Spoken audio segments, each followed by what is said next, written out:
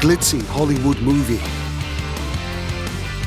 exotic Middle East locations, fast cars and global superstars. To go into a Middle Eastern country, one that you've been explaining for an ungodly amount of time, that is filled with terrorists, to steal their gold. But while this crime adventure has all the elements of a multi-million-dollar big-screen drama, it may also mask a subplot, one that is stranger than fiction.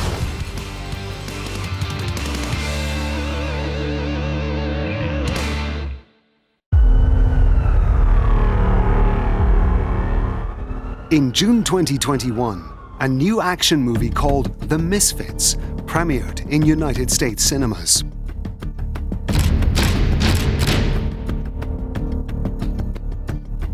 The name's Ringo. That's Violet. You already had a chance to meet the con artist formerly known as Prince.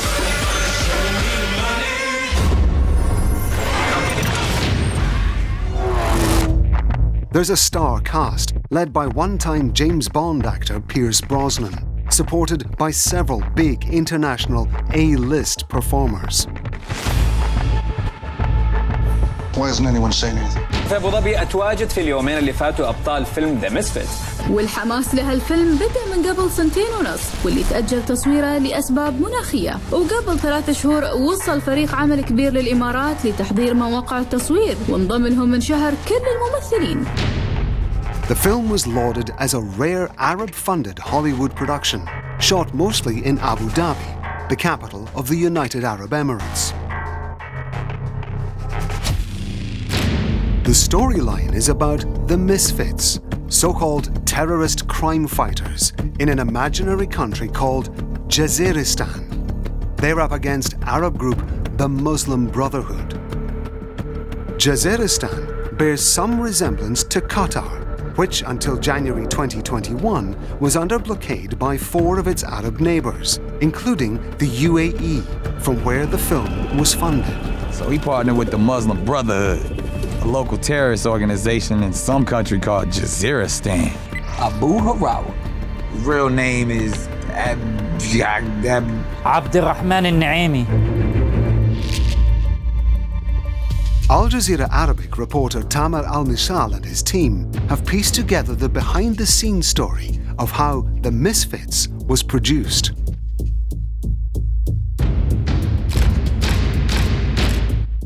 The movie began production as a crime caper set in a Caribbean island. But after a series of mishaps, it moved to the Middle East. Not only did the location change, but so too did the funding, the production structure, and crucially, its script.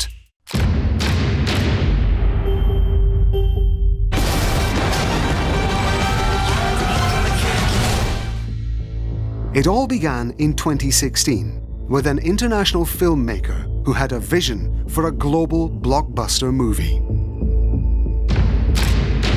لمع اسم النجم رامي جابر ابن فلسطين المولود بمدينة أريحة في أوروبا وأمريكا كرياضي عالمي، ومن ثم كممثل يتقن الأدوار في أفلام الإثارة والمتعة. وينضم إلينا من العاصمة الفنلندية هلسنكي الممثل رامي جابر. أول شيء فعلا بنشوف حالنا فيك رامي، كثير عم نسمع عن هذا الفيلم بالآونة الأخيرة. طبعا أول شيء السلام عليكم. الفيلم هذا عبارة عن هو أكشن كوميدي. Tamer Al-Mishal spoke to Palestinian-Finnish actor and filmmaker Rami Jaber, who produced and starred in The Misfits. Misfits أو ترجمة باللغة العربية غريبو الأطوار. غريبو الأطوار، نعم. شو قصة المسفيتس؟ هاي في سنة 2016 فتحنا شركة سميناها رويال فيلم، وجبنا الرايتر اللي هو روبرت هيني وخليناه إنه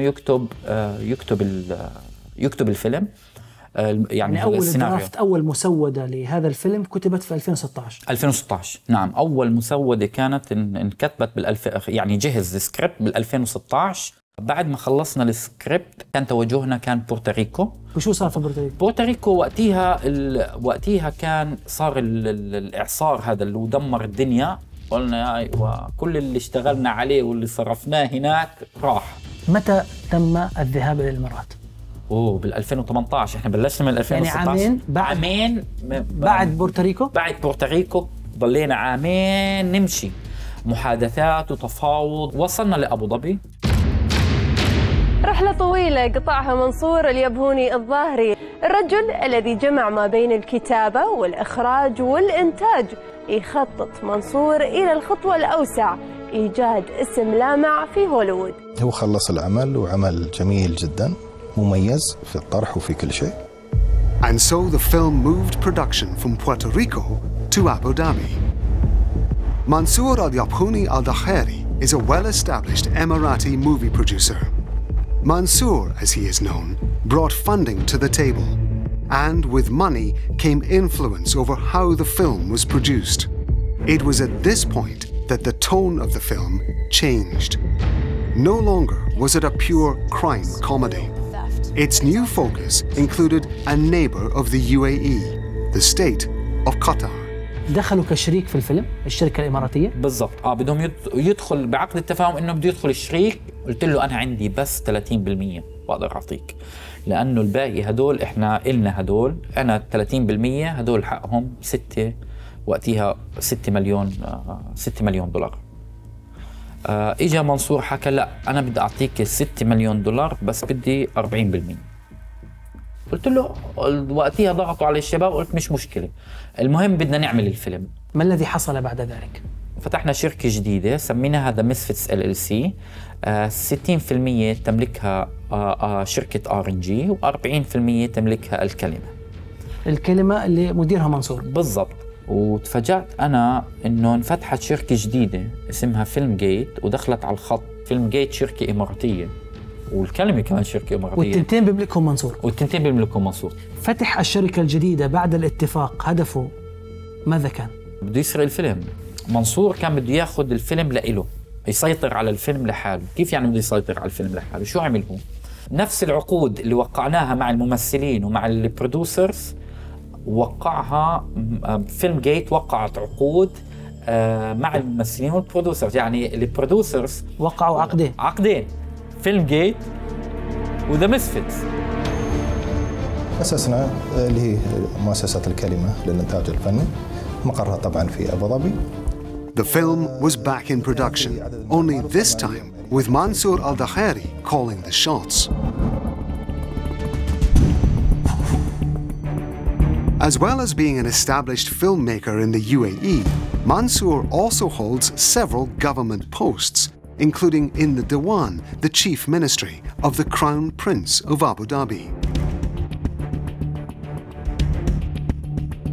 كل واحد عنده لازم عليه واجب أن يأديه للوقت، وأنا حاولت في مجال هو الإعلام. منصور الظاهري قبل ما يكون مخرج وقبل ما كان هذا منصور الظاهري بيشتغل في الديوان.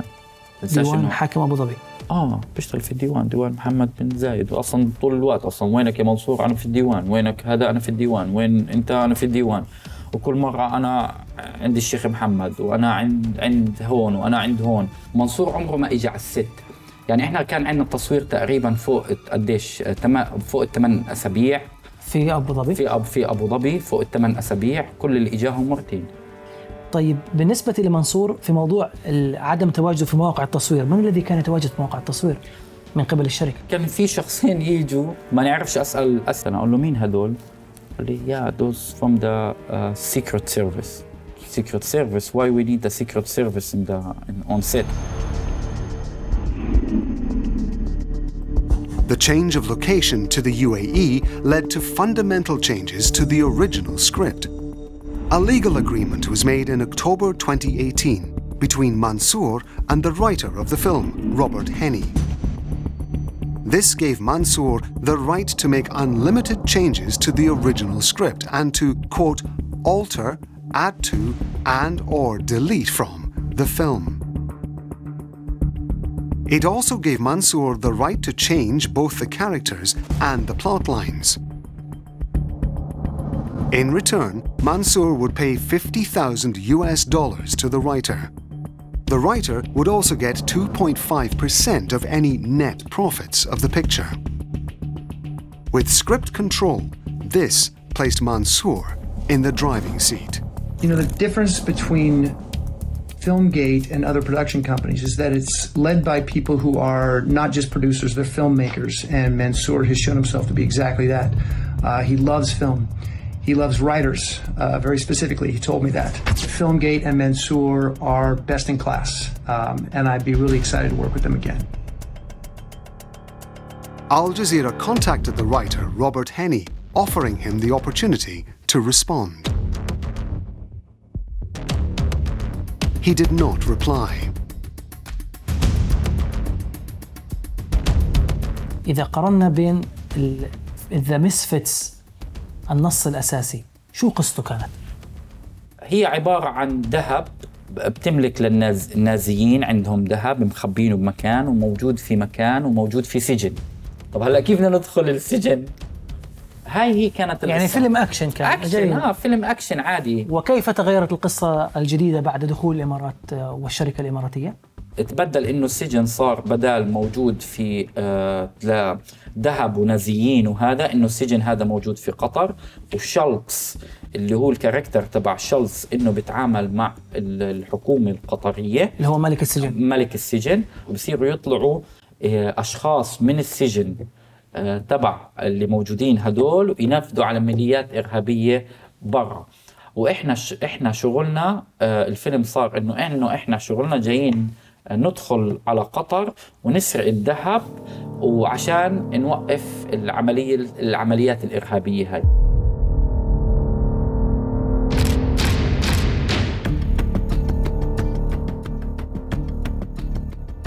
In Abu Dhabi, the stars and the production team received a red carpet welcome.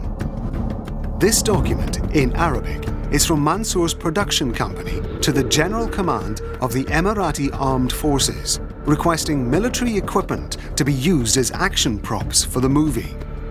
The hardware included a naval ship, smaller vessels, and a landing craft. The stated rationale behind the request was that the Misfits, quote, tackles the issue of fighting terrorism in the Middle East.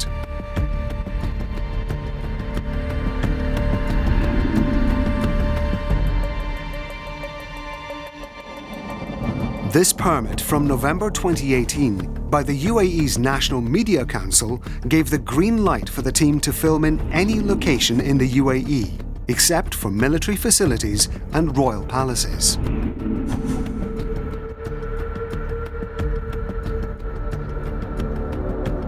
متى تم التصوير تحديداً؟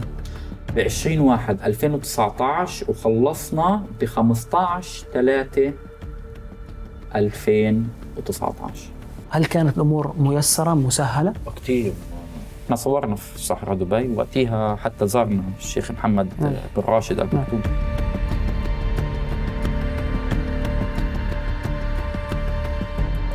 كل شيء فتح لنا، حتى كنا بدنا سفن حربية بدهم يأمنوا لنا إياها، بس عدلوا السكريبت وعملوها طيارة. بالنسبة إلى المعدات العسكرية التي تم استخدامها في التصوير، كانت من قبل الجيش الإماراتي؟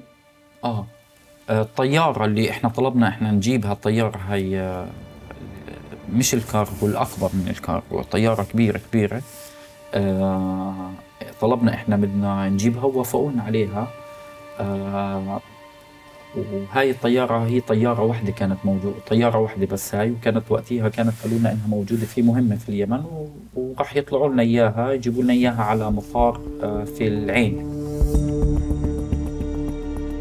Most of the Misfits scenes were shot in the Emirati capital, Abu Dhabi, but some action scenes were filmed in Los Angeles.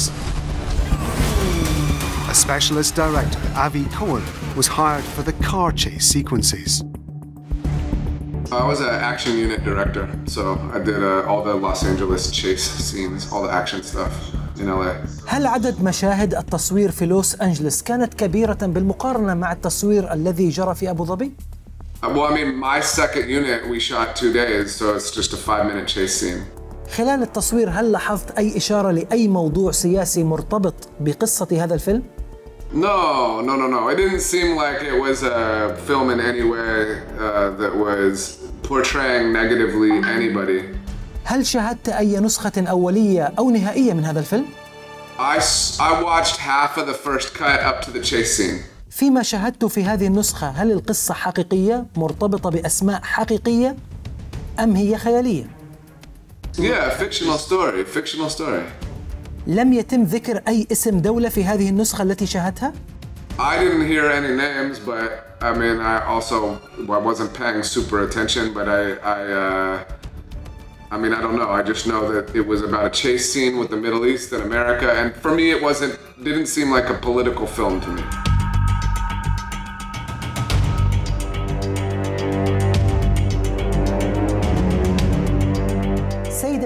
Tamar al-Misal asked a specialist libel lawyer based in London if an actor has any comeback if their performance is in some way distorted.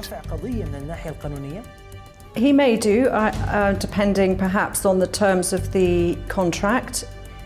There are also performers now have rights under what's called a Beijing Treaty on Audiovisual Performances. It's governed by the World Intellectual Property Organization, and that treaty has a provision giving performers a right to object to distortion which is prejudicial to the performer's reputation.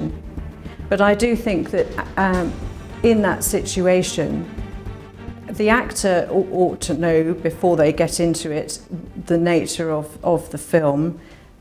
If they discover in the filming, for example, that facts are being distorted and they're not happy, then there would have to be a negotiation about maybe pulling out of the film, and that would give rise to a lot of adverse publicity against the movie producers.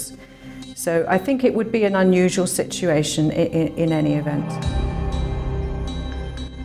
It's not clear how many of the cast and crew were aware of the revised Qatar plotline that had been woven into the new script. Advanced publicity instead focused on the high-profile Hollywood actors that were starring in the Misfits. كل أخير منصور أبرز الأسماء والنجوم اللي موجودين في هذا العمل. بيرس بروسنان طبعا اللي هو جيمس بوند، تيم روث كذلك، نيك كانون، في نجوم كبار يعني نخبة صف أول في أمريكا يعني. في طاقم العمل سواء من الممثلين، المنتجين، الفنيين، هل أحد اعترض؟ الأمريكان ما راح يعترضوا ولا ممثل راح يعترض. شو فارق عنده؟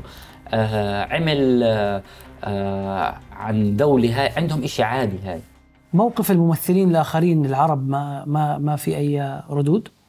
والله ما أظن الممثل العرب بيعرف. وأحمد شاب لبناني يعيش في لوس أنجلوس، وحماسه أثناء التصوير ما يقل عن حماسه بالكواليس. أنا لعبت دور FBI agent، وكثير حبيت هذا الدور لأنه أنا أصلي عربي، اسمي أحمد، بس كمان صرت عايش بأمريكا فوق ال 17 سنة. حلو ألعب الدور يلي بيمثل واحد أمريكاني بس عربي بنفس الوقت. حسيت ال FBI بدبي عم يشتغل. هيدي كانت دور كتير بتلبق لي وللباك جراوند تبعيتي. بالنسبة لقصة فيلم ذا ميسفيتس، هل هي فيكشن ستوري يعني خيالية أم هي حقيقية بمعنى أنه مرتبطة بأسماء دول وأشخاص حقيقيين في أرض الواقع؟ لا، كلها فيكشن، ما في شيء حقيقي يعني، كله اختراع. بس مثل ما أنا بعرف السكريبت تغير أكثر من مرة كرمال كل شيء مشاكل له علاقة بالpolitics. It's been resolved. يعني I remember they said they made multiple iterations to the script to address any political concerns to make sure that the final script that we have had no issues whatsoever in regards to politics. However, it's emerged that at least one Hollywood A-lister refused to join the cast, citing concerns about the political content. That was the American actor Wesley Snipes. Snipes met with Mansour and one of the Misfits producers, Kia Jam, and an entertainment executive. I took Wesley to the Beverly Hills Hotel for a meeting with Sheikh Mansour who was involved with the project at the time, I believe, and he was the one who said that he wanted Wesley to be a part of the film. إذا منصور الظاهري كان مهتما بمشاركة ويسلي سنايبس في هذا الفيلم، لماذا لم يتم الأمر في النهاية؟ Misfits for him was going to be more of a favor to Mansour in exchange for funding the television series. And once he started talking to them about money, they didn't want to pay him what he was worth. Lastly, there were some very strong political statements being made in the film. There was some things in the script that about Qatar, and for some reason we weren't aware that there was going to be strong political statements made. Get involved in things like that, even though you may not endorse it, if you're a part of the project, it kind of is an endorsement in some way. So I think that was one of the things that really kind of, ultimately made it part of the decision easier to not be a part of it. Yeah. أميك، هل ذكر الإرهاب كان واضحا في السيناريو الذي عرض عليكم من منصور الظاهري؟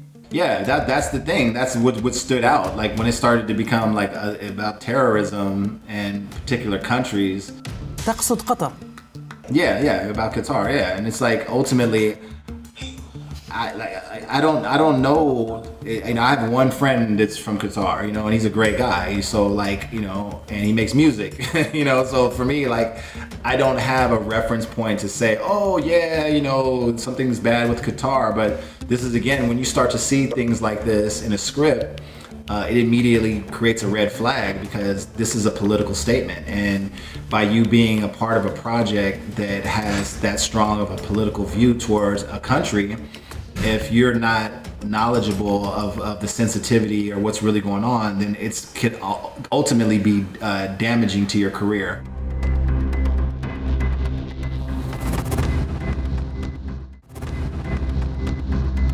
Al Jazeera Arabic reporter Tamer Al-Misal and his team obtained the original 2016 script for the action movie The Misfits and the revised 2019 script, which was amended after the Abu Dhabi production company bought the rights.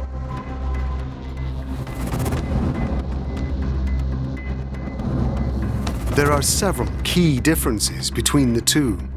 The original script was pure fiction, a typical Hollywood action crime story set in the exotic Caribbean. But the revised screenplay had multiple references to politics and real-life events. It mentioned Qatar more than 25 times, and the Muslim Brotherhood group 11 times, linking it to, quote, terrorism. The new script also mentioned names of real Qatari people and others with links to Qatar, as well as the Doha-based TV station Al Jazeera, all in the context of sponsoring terrorism.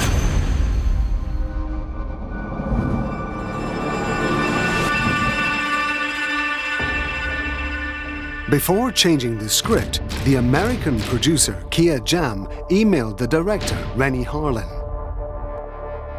In this message, Kia Jam said that the Emirati production company Al Kalima, run by Mansour al-Dakhari, had requested changes to the original film's screenplay.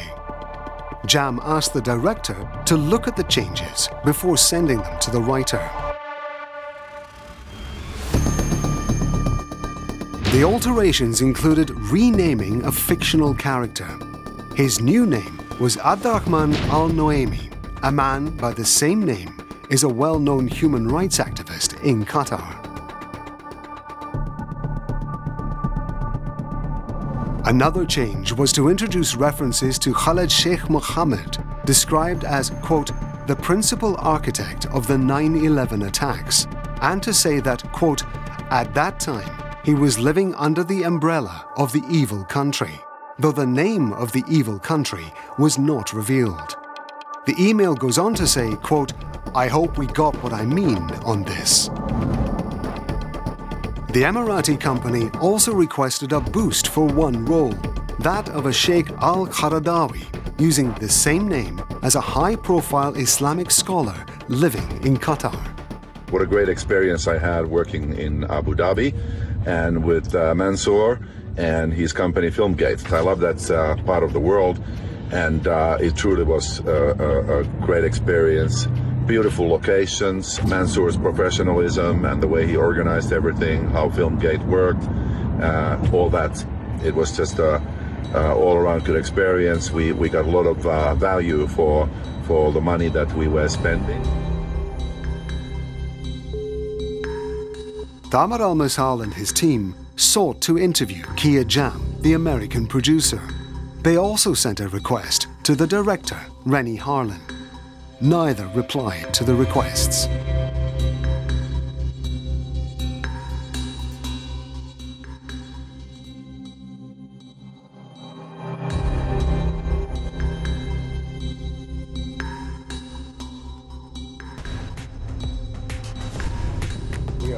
The Misfits was released in cinemas in 2021. However, Al Jazeera obtained some leaked scenes from an earlier version that was due to be released in early 2020, but was delayed due to the COVID pandemic. This version has all the scenes that directly referenced Qatar.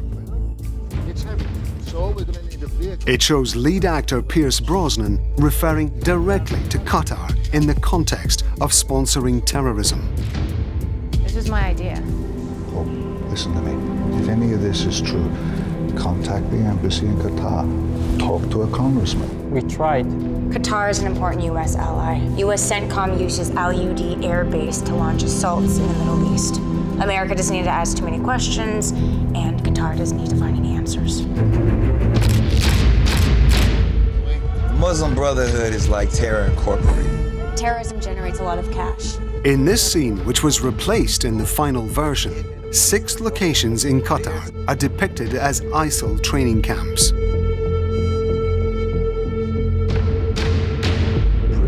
And here, their character Sheikh Youssef al-Qaradawi, who shares the same name as the Islamic scholar living in Qatar, is depicted inciting acts of violence.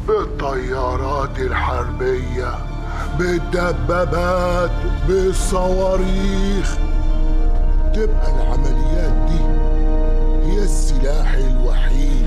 That was Youssef Abdullah Qaradawi, courtesy of Al Jazeera. According to him, suicide bombings are a religious obligation.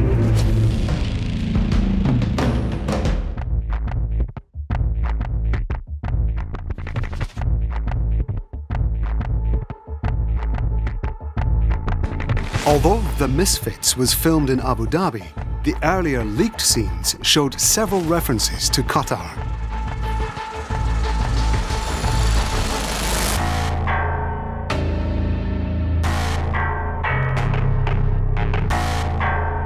Distinctive Qatari car number plates can be seen both on passenger cars and police vehicles. The name of Qatar's internal security force, Lakhwiya, has been painted on some vehicles.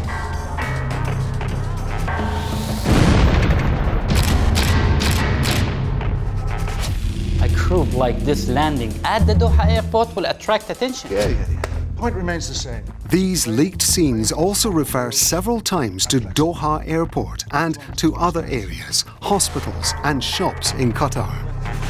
Al-Amadi Hospital. I do this, I'm in charge. When I say goes. While many people will watch a film for pure entertainment and may not associate fictional places and people with real life, why would a film production company go to such lengths and spend so much money to focus on Qatar? And what, if any, is the effect of a Hollywood film that suggests that a particular country sponsors terrorism? Terrorism has long been a popular theme in Hollywood, but most viewers who are American have never been to these countries, don't know anything about the war on terror, and it is through watching TV shows and films about the war on terror that people come to understand what it is. This is how they come to have an image in their minds. So it ends up being extremely influential, especially for audiences who don't know much about the topic.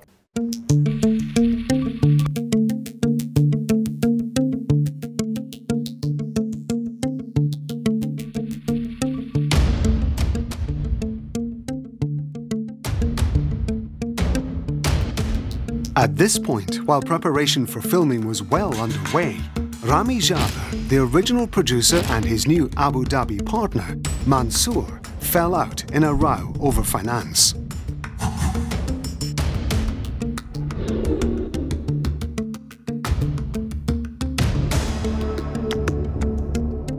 The case went to arbitration before the Independent Film and Television Alliance, the trade association for the independent film and TV industry in the US.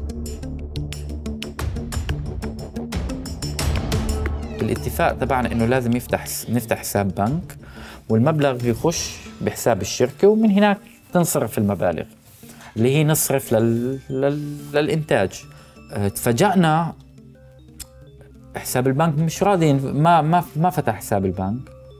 قلت منصور انت لازم احنا ندفع. طلع خطاب من شركه الانتاج انه احنا بدنا نوقف تصوير. فيش خلال 3 ساعات اجت رزمة فلوس على الطاولة. أنا بحكي لك $1,000,000 على الطاولة كاش. قلت له شو هدول؟ قال أنا هدول الفلوس عشان تدفعوا للزبون. قلت له ندفع هيك. قلت له طيب قلت له طب من وين الفلوس هدول؟ وين السورس اوف فند؟ هل أفصح منصور عن مصدر المال في التمويل هذا الفيلم؟ لا ما أفصح لحد الآن. لحد الآن ما بين الصوت.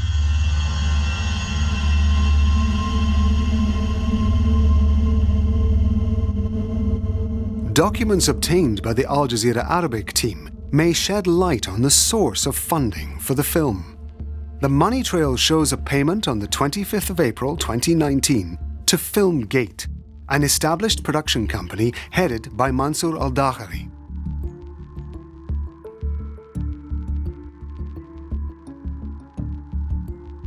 This $1 million payment was made by a company called Al Mukhatra General Trading, based in Abu Dhabi. Al Jazeera Arabic sources maintain that this company has close connections to the UAE government. 11,800,000 غير اللي دفعوا في التصوير اللي تصور في أمريكا، وغير $1,000,000 اللي اندفع تبعت البلنتي والسيتلمنت اللي صار معي. صار الفيلم بطل فيلم كوميدي في اكشن، صار موضوع سياسي. بدك تعمل يا منصور موضوع سياسي، روح اعمل لك دوكيومنتري، روح اعمل لك برنامج سياسي. شو دخلني انا بتحطني بالنص قاعد بصور، انا قاعد بفيلم اكشن وكوميدي، الناس تنبسط، الناس تحضر، دخل لي موضوع سياسي ليش؟ ماذا جرى بعد ذلك؟ خلص انا طلعت من الفيلم. بناء على ماذا؟ عملت سيتلمنت، تسوية. ماذا قضت هذه التسوية؟ بيدفع لي مبلغ معين، والمبلغ هذا انه خلص بتنازل له انا عن الفيلم كامل. Leaked recordings of phone conversations between Rami Jaber and Mansour al-Dakhari indicate how relations between the two producers had deteriorated.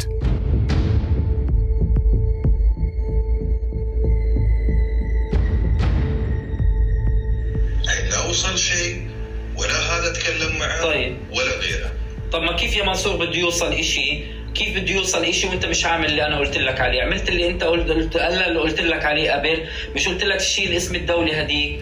انا ما بديش اقعد احكي على التلفون يا منصور. قلت لك شيل اسم الدولة هديك، احنا اتفقنا على دولة نازية واحنا ما اتفقناش على الحركات هاي هذا. عندك السكريبت وهي موجودة، يعني بتحب اطلع للعالم السكريبت الثاني؟ يعني شو الحكي الفاضي؟ لا ما اتفقناش على هيك يا منصور. انا بالنسبة لي ان يرسلون ما يرسلون معي هذا الموضوع مش مهم عندي. والله عندي موضوعنا الانساني غير في كلامه. لحظة يا منصور، أنا لا غيرت في كلامي ولا أي شيء، لو سمحت يا حبيبي. رامي الكلام كان واضح. أوكي. والحين قاعد أحس إنك أنت مبطل شيء ثاني. إنك ما ترسل حبلينا معاك في شيء ثاني. فأنا ما أقبل الموضوع هذا، هي إما أن أحس النية واتفاق أو خطف. إيش؟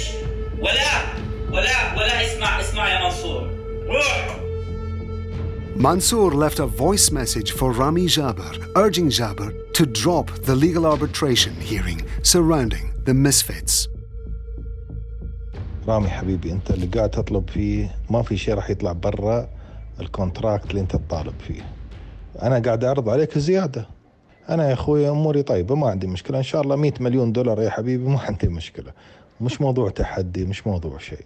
أنا قاعد أعرض عليك تفكر شوية بعقل وتخلص عمرك من المشاكل، وأنا راح أوقف معاك وراح أخليك أنت الواجهة للفيلم هذا، وأنت اللي راح تعمل اللي هو البروموشن، وسواء حتى كان البريمير وغيره وغيره وغيره. أنا نيتي صافية يا رامي، نيتي أنا صافية، وأنا ما قصرت فيك. أنت ليش تغلط علي؟ وليش قاعد تقول أشياء علي؟ وليش قاعد تسوي أشياء كلها غلط؟ أنا ما عندي قضية واحدة في حياتي كلها توصلني عليه قضايا ومش عارف إيش.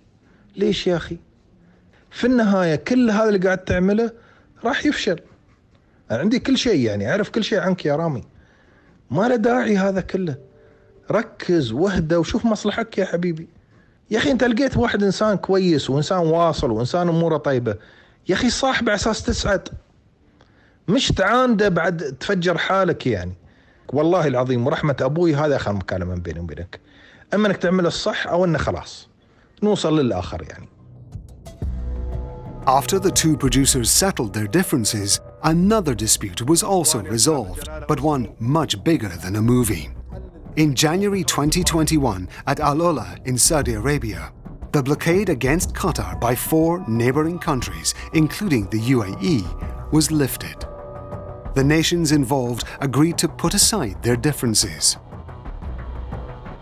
This left the Misfits with a problem. Its narrative that focused on Qatar was no longer in line with the political mood, and its release date was postponed again.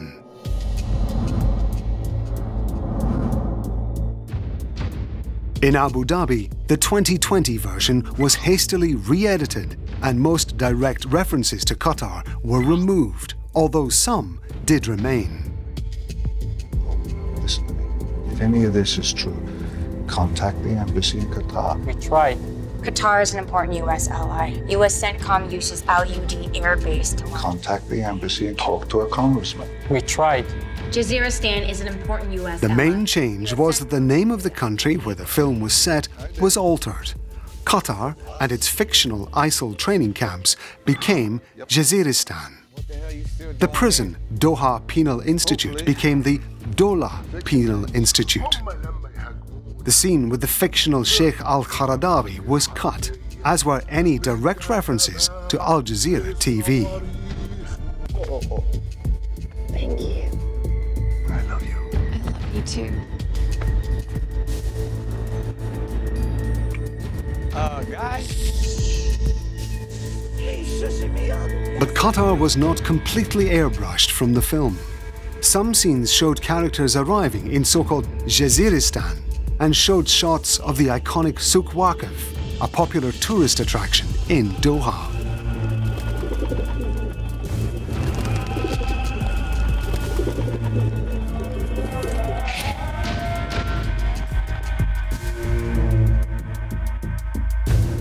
Especially when I hold them in my hand.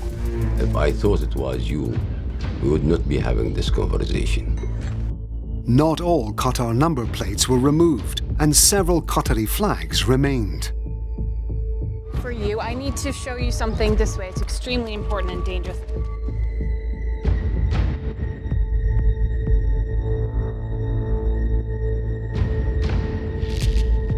Qatar's internal security force, Lakhwia, is seen on the security trucks in the film's desert chase scenes.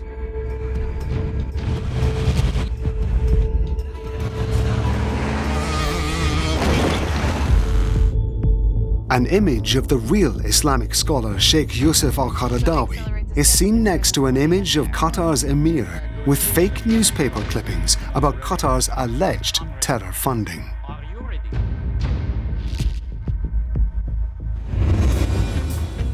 Okay, here we go.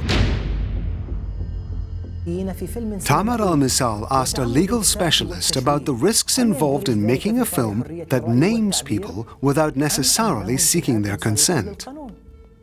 Movies that are based on true life events can give rise to a number of legal and potentially political issues.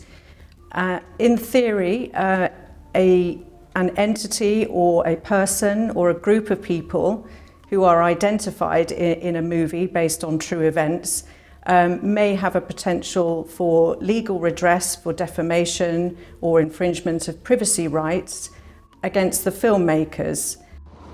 You want me to go into a Middle Eastern country, one that you've been explaining for an ungodly amount of time, that is filled with terrorists, to steal their gold. إذا تم إثبات وقوف دولة أو جهة معينة خلف صناعة فيلم في هوليوود يتعمد الإساءة والتشويه لطرف أو دولة أخرى، ما هي التبعات القانونية لذلك؟ If a state is funding material in a movie, if it's state-controlled media, for example, you're likely to be straying into the territory of propaganda, which in some instances can be illegal. There are international treaties that govern propaganda, extreme propaganda, which can be characterized, for example, as warmongering or inciting racial hatred.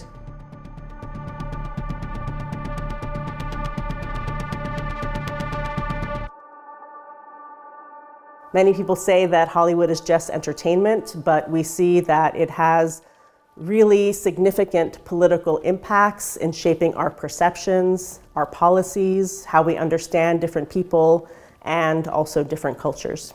We can think of many movies. So one movie that comes to mind that was particularly damaging is American Sniper, that tells the story of Chris Kyle, who was in the military.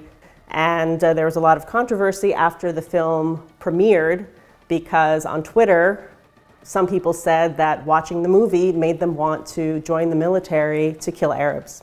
Certainly not all viewers felt that way, but a certain segment of the population watched the movie and they were tweeting, "This makes me hate Arabs 100,000 times more than I did before, and now I want to join the military." And it's not necessarily the fault of one movie, American Sniper, but that kind of impact and that kind of response is made possible because of a very long history of this repeated image of Arabs and Muslims as terrorists.